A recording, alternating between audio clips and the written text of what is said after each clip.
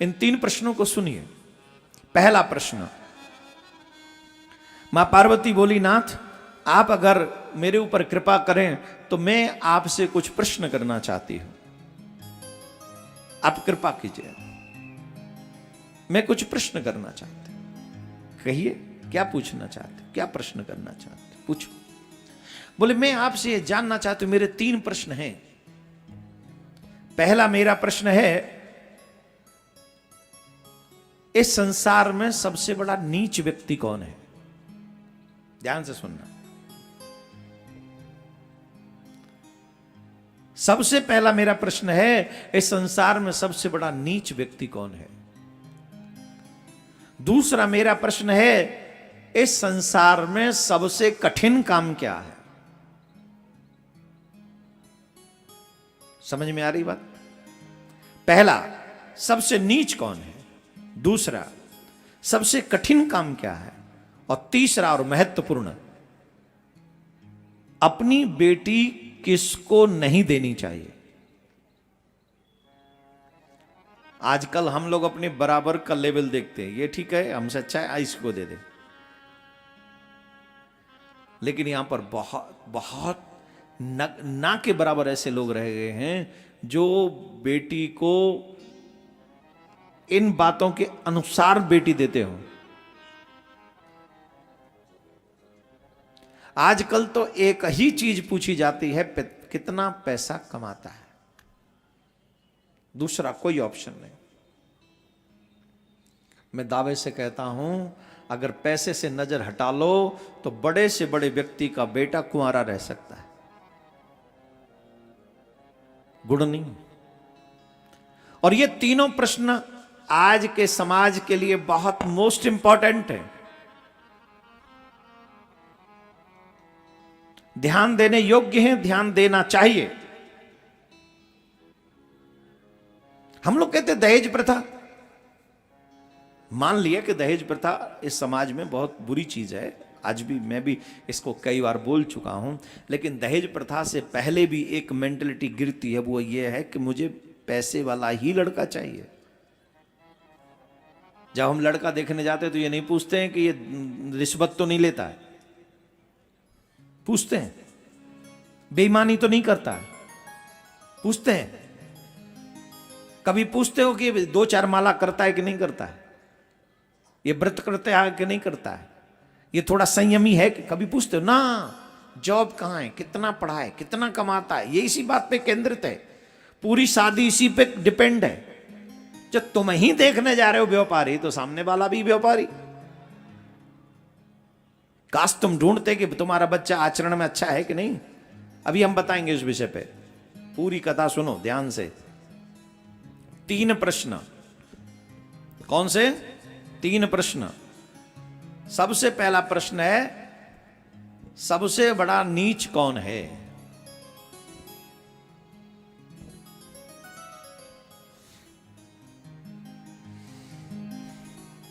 नीच कौन है सबसे बड़ा?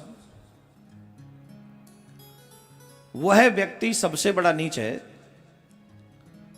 जो अपनी पत्नी और अपने बच्चों को बेसहारा छोड़कर भाग जाता है, जिम्मेदारियों से अलग भाग जाता है, वो सबसे बड़ा नीच है।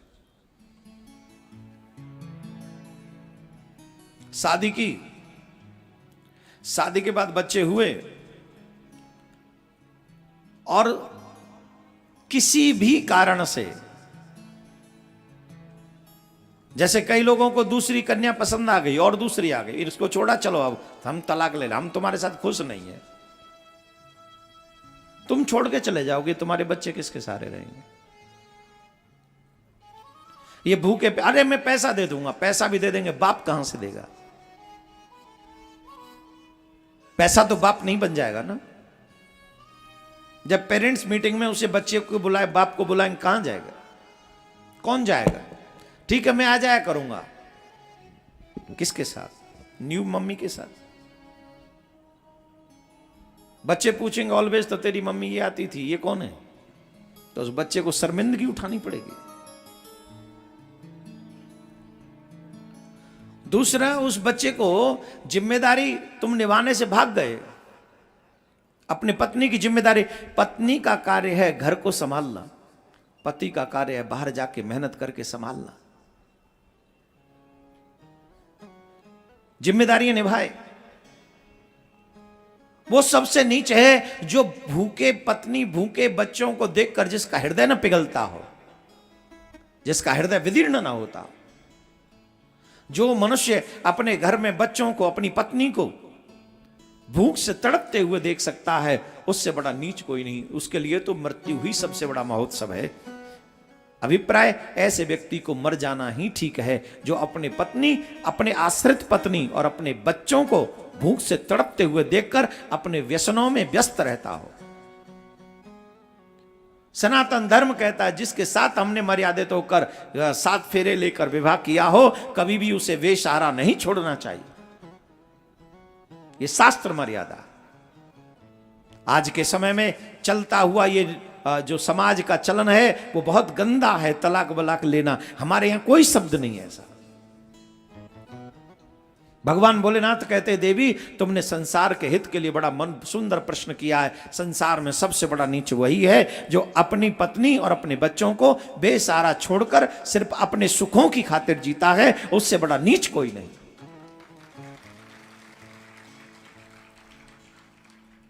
और आजकल समाज में ऐसे विभूति बहुत हो रही है। मैं नीच नहीं कह रहा हूं। पार्वती मैया का प्रश्न है, बाबा भोलेनाथ उसका उत्तर दे रहे, मैं सिर्फ डिलीवरी कर रहा हूं।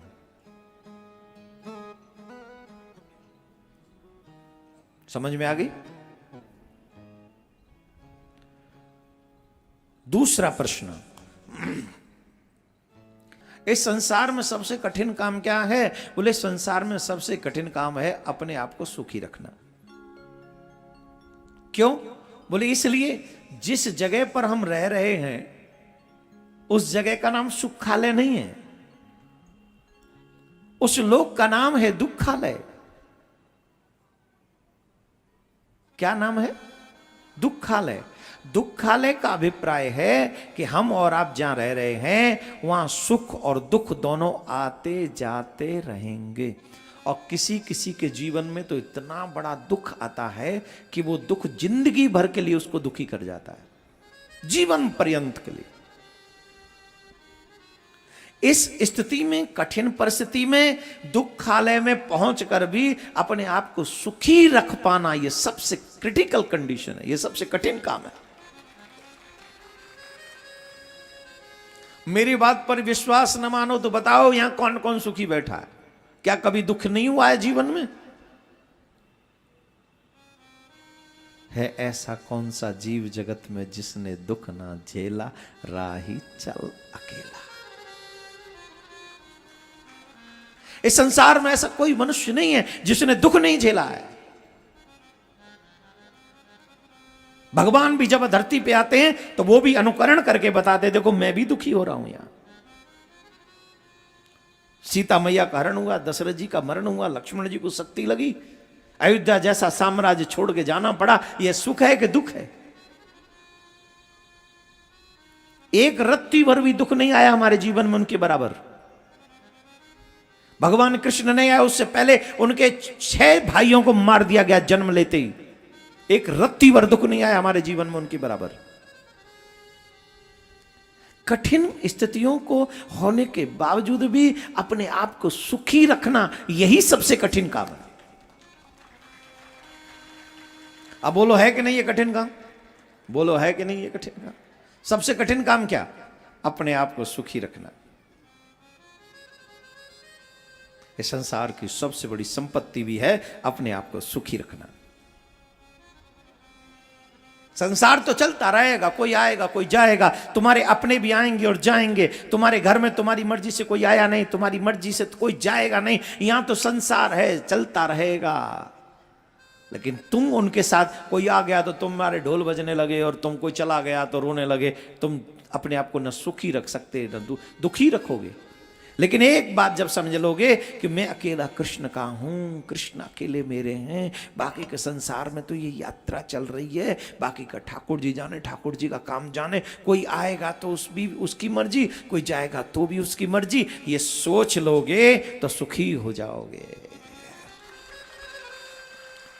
घर में कोई चला गया तुम रोने बैठ जाओ, घर में कोई आ गया तुम हंसने बैठ जाओ। तुम कितनी बार आए हो, कितनी बार गए हो, तुम्हारे लिए भी लोग रोए हैं, कितनी बार तुम्हारे जाने के बाद भी लोग रोए हैं, तुम्हारे आने पर भी बैंड बजे हैं। लेकिन ये यात्रा तो बदस्तूर आज तक जारी है, रुकी तो न तब थी न आज।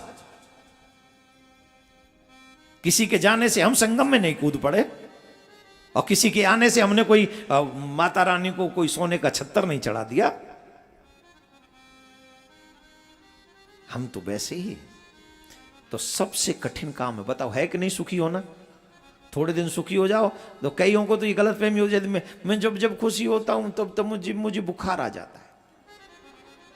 सच्ची में मुझे तब ना कोई परेशानी जरूर होती है, जब मैं ज्यादा खुश होता तभी परेशानी आ जाती।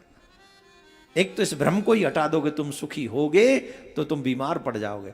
तुम अब सुखी हो पर सुख का प्रदर्शन मत करो। सबसे कठिन काम है अपने आप को प्रसन्न रखना। तो भगवान से प्रार्थना करो, मुझे इतना प्रसन्न रखना नाथ कि मैं तुझे कभी न भूलूं और तू मुझे कभी न भूले। इतनी प्रसन्नता मुझे दे रखना। सही है कि गलत है? पता है मुझे सही है। तो नाथ ये दूसरा सबसे कठिन काम है। कौन सा?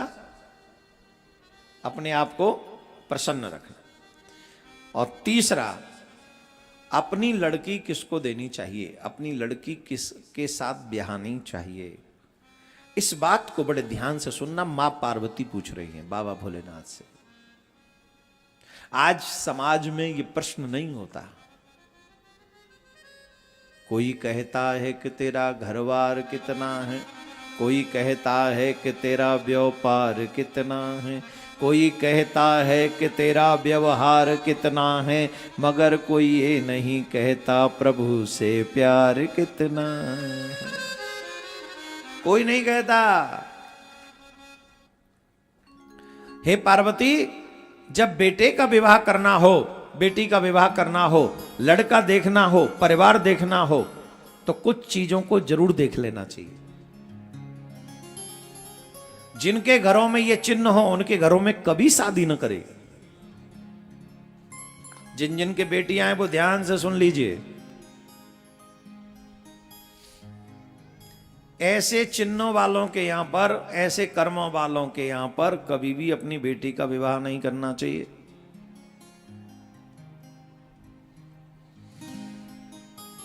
क्या चिन्ह है महाराज? बोले सुनो।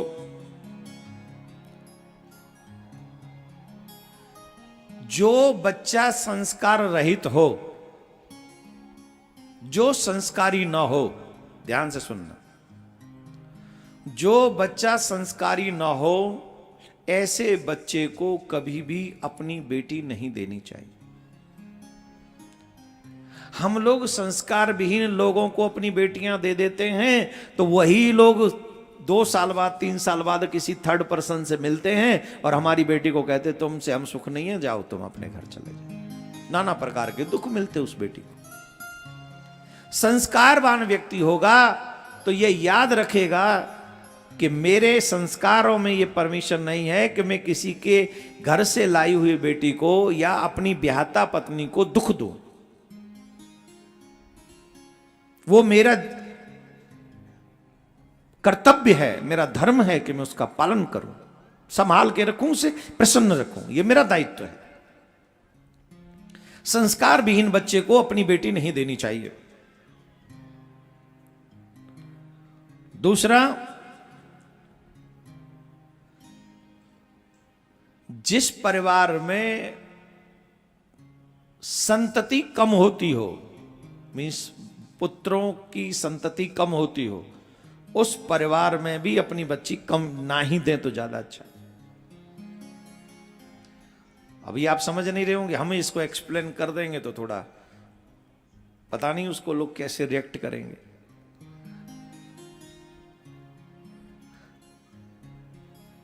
इतना ही समझ लो, जिस परिवार में संतति कम होती हो वहां नहीं देनी चाहिए। मैं भी क्यों झंझट में पड़ूं, इतना ही समझ लो। तीसरा, जो अपने पुराणों का, वेदों का, ऋषि मुनि परंपराओं का सम्मान न करता हो उस घर में कभी भी बेटी नहीं देनी चाहिए। विवाह ऐसे होगा, अग्नि के फेरे होंगे, ये पद्धति किसकी है? ऋषियों की है कि नहीं? है कि नहीं? और वो पी के पड़ा रहता है, वो तो ऋषि परंपरा को मानता ही नहीं, वो वेद को नहीं मानता, वो पुराण को नहीं मानता, वो तुम्हारी बेटी का क्या सम्मान करेगा? क्या सम्मान करेगा बताइए जरा, कितना सम्मान करेगा वो? उस जगह पर भी बेटी नहीं देनी चाहिए जहां वेद पुराणों का सम्मान ना होता हो, जहां धर्म का सम्मान ना होता हो। उस जगह पर, उस घर में बेटी देने से बेटी को दुख ही प्राप्त होते हैं। और सनातनियों से मेरा निवेदन है, जितने भी सनातनी मुझे इस समय सुन रहे हैं यूट्यूब पे अथवा यहां, आप सबसे मेरा आग्रह है कि आप लोग सभी अपने घरों में वेद पुराणों को स्थान दीजिए। ये पुराने कथाएं आपके चरित्र का, परिवार का निर्माण करती हैं। किस लिए? आप कौन चाहेगा कि मेरा बेटा ठेके पे खड़ा होकर पीता रहे? कौन चाहेगा मेरा बेटा जुआ खेले? बोलो, कोई चाहेगा? जवाब दो। पुराण यही करने से तो रोकते हैं। पुराण करते क्या? तुम्हारे चरित्र का निर्माण। इसलिए पुराणों को बच्चों को बचपन से सुनाओ, जिससे जवान होते होते वो उस लायक समझ जाएं कि नहीं, ये गलत है कि मैं बिना शादी के किसी की बच्ची को होटलों में ले जाऊं या रोड पे घुमाऊं या खाना खिलाऊं या मूवी थिएटर ले जाऊं। ये मेरे पुराण अलाउ नहीं करते, मेरा धर्म अलाउ नहीं करता। इसलिए मुझे मेरे इस देश की कन्याओं का सम्मान करना चाहिए, ये सीखना चाहिए, ये सीखना चाहिए। इसलिए पुराण और रामायण और शास्त्र, इनका ज्ञान जिसको हो उसके घर में अपनी बच्ची को ब्याहना चाहिए। जो पुराण रहित हो, जो ज्ञान रहित हो, जो संस्कार रहित हो, उस बच्चे को कभी भी अपनी बेटी नहीं देनी चाहिए। तमाम बेटियां आती हैं हमसे, कहती है महाराज हमारा पति पीता है, कथा में आने नहीं देता। तमाम बेटियां आती हैं हमारे पास, जो शिष्य हैं जिन्होंने विवाह से पहले दीक्षा ले रखी है। महाराज हमारा पति तो ऐसा मिल गया, हमारा पति ऐसा मिल गया। क्यों? क्योंकि वो धर्म युक्त नहीं है, धर्मपरायण नहीं है वो। उसे क्या मतलब कथाओं में क्या होता, पुराणों में क्या होता? उसे तो लगता है सैलरी घर पे आ जाए और मदिरा शाम को मिल जाए और पत्नी जो है वो थोड़ा सा घुमाने फिराने ले जाए, बच्चे हो जाए, यही लाइफ है। ये कोई लाइफ है? नर्क है। पीने के बाद बर्बादी शुरू होती है माइए, समझ लीजिए। जो पीता है वो आबाद नहीं रह सकता। अब आप कहोगे बड़े बड़े लोग हैं, घर में जाके देखो सब बर्बाद है, आबाद नहीं। बड़ी बिल्डिंग में रहने से कोई आबाद नहीं होता। मन में अगर बेचैनी हो, मन में अगर अशांति हो, मन में अगर परेशानी हो, तो आप समझो बर्बाद हो, आबाद नहीं हो। बोलो राधे राधे। ऐसे नहीं, जोर से बोलना पड़ेगा, और जोर से। अच्छा, एक बहुत विशेष बात बताइए इसमें। जिस परिवार के स्त्री पुरुषों की देह पर बहुत लंबे लंबे बाल हों, देह पर, सर पे नहीं, देह पर बहुत लंबे लंबे बाल हों, उस परिवार के लोगों में भी अपनी बच्ची की शादी नहीं करनी चाहिए। ये इसमें लिखा, मेरा फॉल्ट नहीं, इसमें लिखा है, मेरे मन से नहीं कह रहा। उसके यहां भी शादी नहीं करनी चाहिए। जिसके यहां क्षय रोग होता है, एक, जिस परिवार में क्षय रोग की बीमारी हो, वहां पर भी अपनी बच्ची की शादी नहीं करनी चाहिए। एक मंदाकिनी रोग होता है, अगर किसी के घर में, जिसे भूख कम लगती है उसे मंदाकिनी रोग कहते हैं, अगर उसके घर में कोई ऐसा हो, जैसे वो बेटा ऐसा हो, मतलब जैसे भूख कम लगेगी, वो खाएगा कम तो अष्टपुष्ट कम रहेगा।